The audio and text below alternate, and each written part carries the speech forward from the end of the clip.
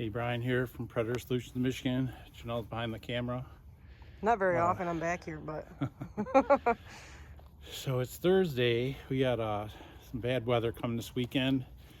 So starting tomorrow. So we decided to come after work, get a quick one in. Quick one. Yeah. So this spot we drove past on Friday, was it?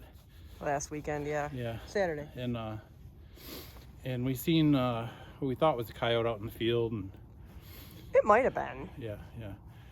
So that's why we came here. So when we see them out in the field, we don't stop and watch them because It they get just super. educates them. Yeah, they get super Yeah. cagey around the cars. So we don't. That's why we didn't study it when we saw it last week. But Yeah. So this is a farm, local farm. We parked here. There's pigs here, right, on this farm mostly. hogs and then beef cattle right next door. Yeah. And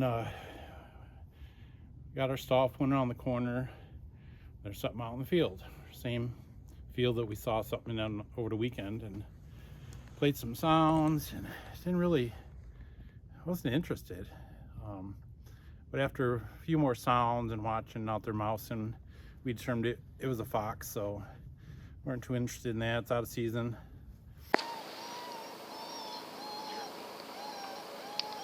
I'm pretty sure it's a fox.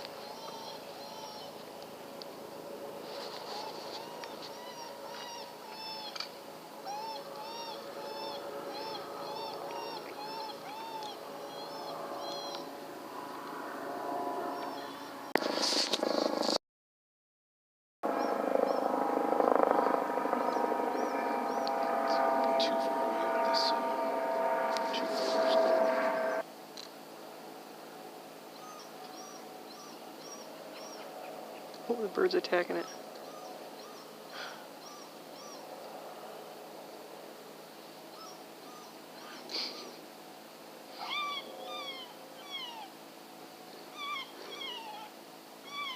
Went to the back of the property, did a whole set, probably a little longer than usual. We heard some coyotes to the east and the southeast, like far away. We could barely hear them. And we did our regular set. We came up to the car, and we've hunted this whole area before, so we know there's coyotes here. So on the way up to the car, in fact, I already put my gun in the case. My gun was in the case. I was putting my tripod in the back of the truck. Yeah. And I just so happened, I sit back, I like lean against the tailgate, and I'm like, oh, there's a coyote right there. So it was in a field that we couldn't see when we were calling. Well, when I saw it, it just came out of the fence row. Oh, Like, okay. I don't think it was out there that whole time. Okay. 'Cause that's why those deer run off. So we got in a position where, we could, kind of sneak up to it. We got behind this pine tree and put the call kind of near us. And I played some rabbit sound, didn't care. Played another rabbit sound, didn't care.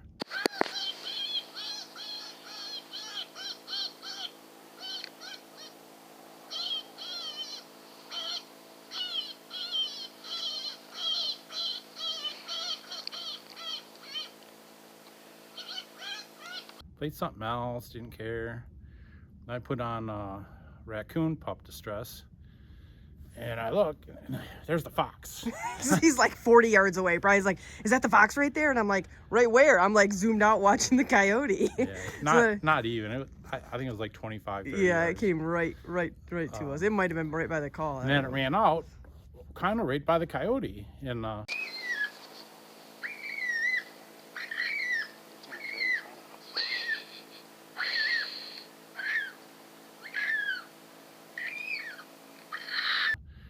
the coyote chased the fox away. There's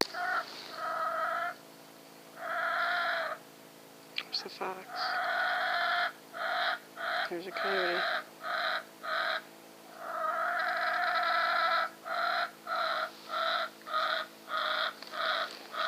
And then I played a couple more sounds, nothing.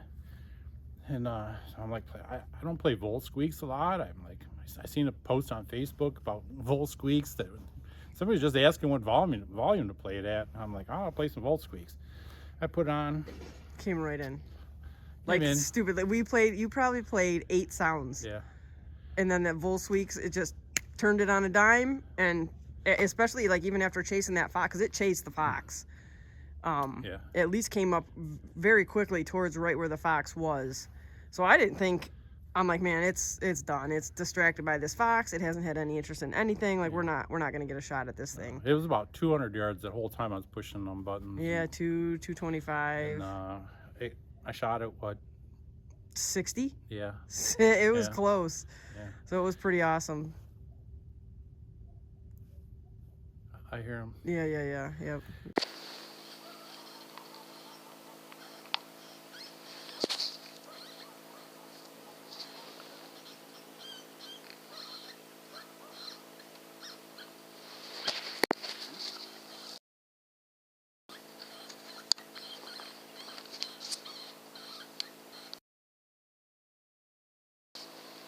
It gets close. You should take it.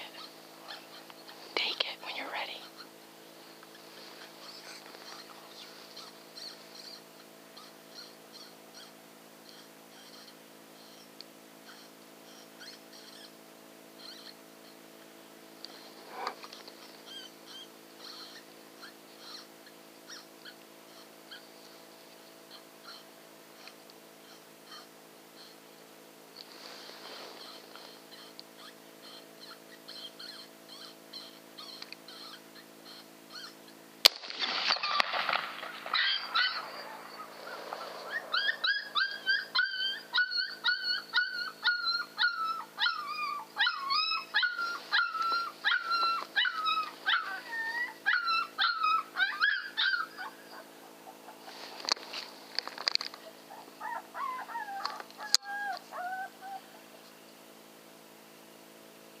So I got a new Thor 5, and I put that on my long neck. With some guy we were hunting his house. He's what are those long necks? So we call them long necks. necks. Just IR-15 223. Yeah.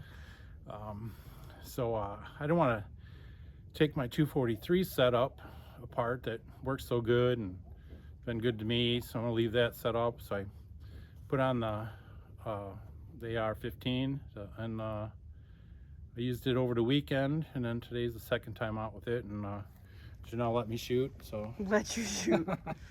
well, usually I push the buttons. It's easier for me to do the calling and have somebody else shoot. Today he did both jobs. So yeah. But yeah, it's this thing's coming in. It's coming in. I'm like, are you ready to shoot? And he's like, what? And I'm like, yeah, you're shooting. It's coming in. You're gonna shoot it.